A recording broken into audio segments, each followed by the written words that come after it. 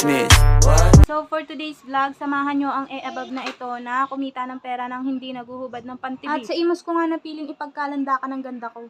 Uy, hindi mababas yung above. At sasamahan nga daw ulit ako na itong isa kaya for the go. Lagi nga akong hindi matuloy-tuloy dito sa client ko na taga-imos. Gawa ng hindi talaga ako sanay mag-commute mga beef. Hindi ako mayaman, talagang hindi lang talaga ako sanay sa jeep. Gawa ng low blood ako. Mas maigi na ma-high blood ka sa driver, wag lang ma-low blood yung dugo mo. Kung nga dinanas sumuka sa inuman, susuka naman sa biyahe. Doon kasi sa way niya, laging traffic. Alam mo yun, yung kahit nakamotor ka, may stranded ka talaga, di ka pa nakakarating, mukha ka ng pagod. Pwede lang takbuhin, tinakbo ko na. Ito nga palang si client, yung huling kabit ko sa kanya is 2020 pa. Isipin nyo yun, 2020 pa yung last, tapos ngayon lang din nasunod. Sa totoo lang, pinaka main reason talaga kung bakit hindi ko ako nakakapunta sa kanya. Kasi nga, mahina talaga ang sikmura ko dyan sa commute na yun. Nahiya na lang talaga ako, kaya pinuntahan ko na talaga siya. Kasi ilang beses talaga nag-request to si client, napuntahan ko naman siya sa loob ng 4 years. At sinabihan naman ako na itong isa na sasamahan niya nga ako. Kaya ayun, 'di ba? May service na. Grabe nga lang, sobrang traffic talaga. Alam mo yun, kahit nakamotor ka, ma-stranded ka talaga, pati yung inis mo na stranded na dun. Lalo siguro pag nag-commute na ko, sobrang init. Hindi ako maarte mga biya, kahit panis nga kinakain ko eh. Kapag usapang commute lang talagang ay nako, big no talaga. Sabi naman ni client, may mga gumagawa naman daw dito. Hindi niya lang daw talaga bet. Tingnan niyo naman, oh 'di ba? Grabe ang paghihintay. Mahal na mahal ang At ayun nga, natapos na nga din ako. Ang pinagawa niya pala ay eyelash,